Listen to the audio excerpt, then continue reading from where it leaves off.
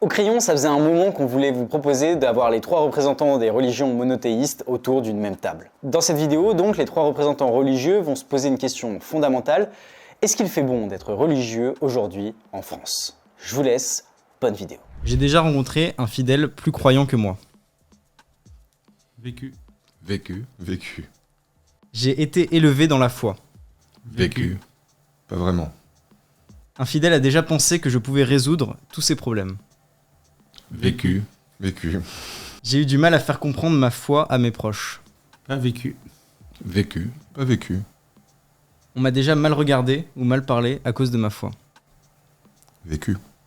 Vécu. J'ai rencontré des personnes qui voulaient faire du mal à d'autres au nom de Dieu. Pas vécu. Vécu. Un fidèle m'a déjà confié avoir commis un crime. Non vécu. Non vécu. Non vécu. J'ai déjà fait l'expérience de phénomènes surnaturels. Vécu. La vie. Vécu. J'ai failli quitter la religion. Pas vécu. Pas vécu. Des politiques ont déjà essayé d'utiliser mon influence sur mes fidèles à leur fin. Pas vécu. Pas vécu. Bien évidemment que l'islam est traversé par des expériences de superstition. Il y a beaucoup de personnes qui font commerce de l'aspect de la superstition. On sait très bien que en parallèle, dans la périphérie d'une religion, il y a toujours des charlatans qui viennent pour essayer. Et puis, nous avons beaucoup combattu ce qu'on a appelé la médecine dite prophétique. Parce qu'aujourd'hui, en France, dans certains marchés, il faut le dire, il y a de l'urine de chameau qui se vend à des prix exorbitants. Parfois, quand on rencontre le croyant de la rue, qu'il soit musulman, qu'il soit juif, qu'il soit chrétien, j'ai l'impression que des fois, il a une connaissance tellement plus simple de notre foi et à chacun. Et pour le coup, peut-être confond-il un peu le magique et la réalité de ce que nous ont appris nos 3 théologies différentes. La question, est-ce que je prie parce que j'attends un miracle ou j'ai pris parce que j'y crois en Dieu? On vous demande de faire des choses, de croire, pas pour tout de suite, mais pour l'au-delà. Le miracle ne se fera pas maintenant. Si un jour il se fera dans un autre temps et dans un autre espace. Parce que la récompense n'est jamais immédiate. Alors on n'est pas dans du commerce, heureusement, Oui, toujours. mais en fait on est un peu dans les ventes à tempérament, on verra après, mais parce que ça serait quand même extraordinaire que si on prie beaucoup, le lendemain matin on se lève, tous les mots que nous avions la veille se sont effacés. Je ne sais pas si à ce moment-là nos religions continueront à exister. Parce qu'en réalité la foi, c'est une forme de pari en quelque chose. Je crois en Dieu. Et cette croyance en Dieu, je prends le risque de croire en lui. On sait qu'il y a la récompense dans le monde futur. On ne le connaît pas, mais nous croyons profondément dans ce monde futur. Et ce que nous faisons aujourd'hui va nous accompagner dans le monde futur.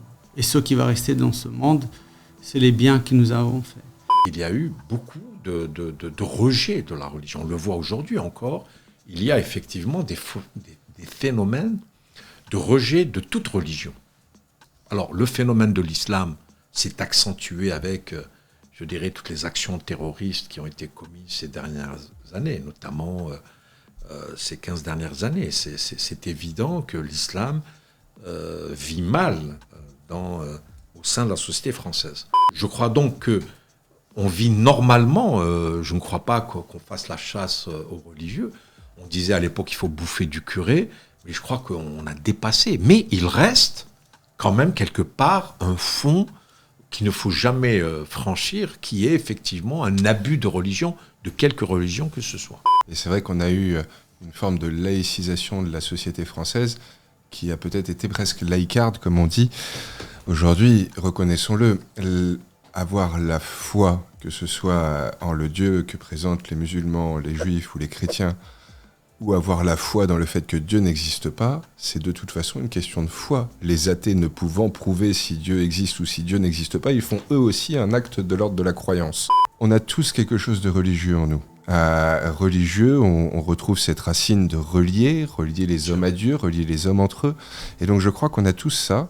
Mais seulement, notre religion, nos 3 religions sont toujours présentées sous des angles ou du scandale, la pédophilie, le terrorisme, ou bien des liens politiques, parce que on sait qu'il y a des mannes politiques, des mannes électorales phénoménales derrière telle communauté ou telle autre, ou l'aspect financier avec ce que ça peut avoir de galvaudé. Bolloré qui est un intégriste catholique, les juifs qui auraient plus d'argent que les autres, enfin l'a priori qu'on imagine, certains musulmans, certains projets en France qui sont soutenus par les pays arabes, et ça pose question.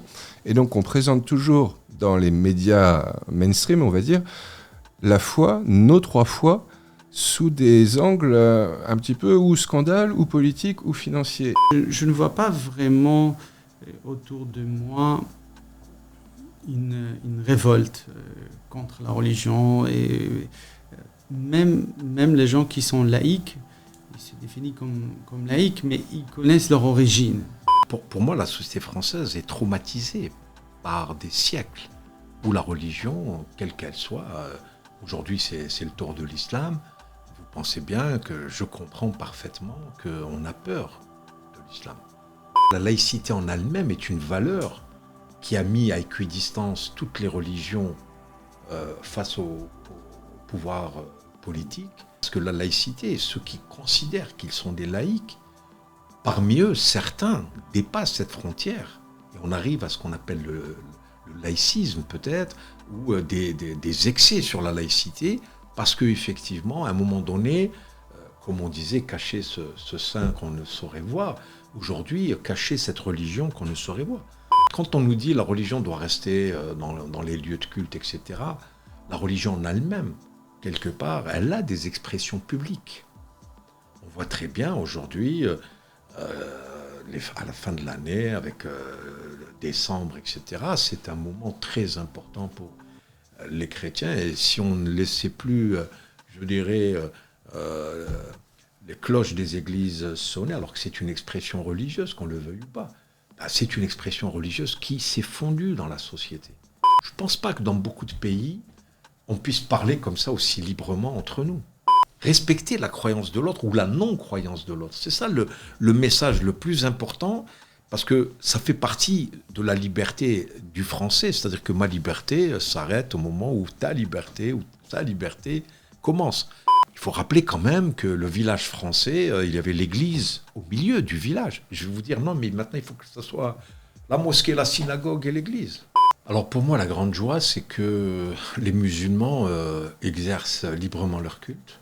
Et pour moi, ça m'attriste parce que il y a tout un mouvement qui fait que cet islamisme, qui est pour moi de l'islam politique, est un dévoiement de notre religion, qui fait qu'aujourd'hui, malheureusement, c'est cet islamisme qui est beaucoup plus visible que le musulman lambda qui vit comme un citoyen avec ses préoccupations de tous les jours, avec ses difficultés, et qui est je dirais, un fervent croyant dans sa propre foi, mais qui ne cherche pas à embêter les autres.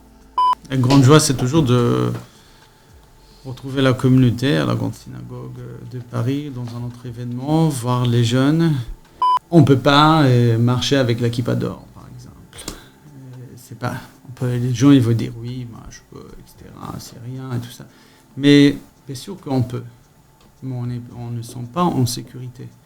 Je suis français, juif, qui doit sentir libre de sortir dehors, penser, parler. Eh bien, prions. Prière pour la République française. Dieu éternel, créateur et maître de l'univers, la force et la puissance t'appartiennent, par toi seul tout s'élève et tout s'affermit. Bénis et protège la République française et le peuple français. Dieu éternel, éclaire ceux qui président aux destinées de l'État, afin qu'ils fassent régner dans notre pays la paix et la justice. Que la France vive heureuse et prospère, qu'elle soit forte et grande par l'union et la concorde, et conserve ainsi son rang glorieux au sein des nations. Que la France, berceau des droits de l'homme, défende en tout lieu et en tout temps le droit et la liberté. Que l'Éternel accorde sa protection et sa bénédiction à nos forces de l'ordre et à nos soldats qui s'engagent dans notre pays et partout dans le monde, pour défendre la France et ses valeurs. Les forces morales, le courage et la ténacité qui les animent sont notre honneur. Accueille favorablement nos vœux, que les paroles de nos lèvres et les sentiments de notre cœur trouvent grâce devant toi, ô Éternel, notre Créateur et notre Libérateur. Amen.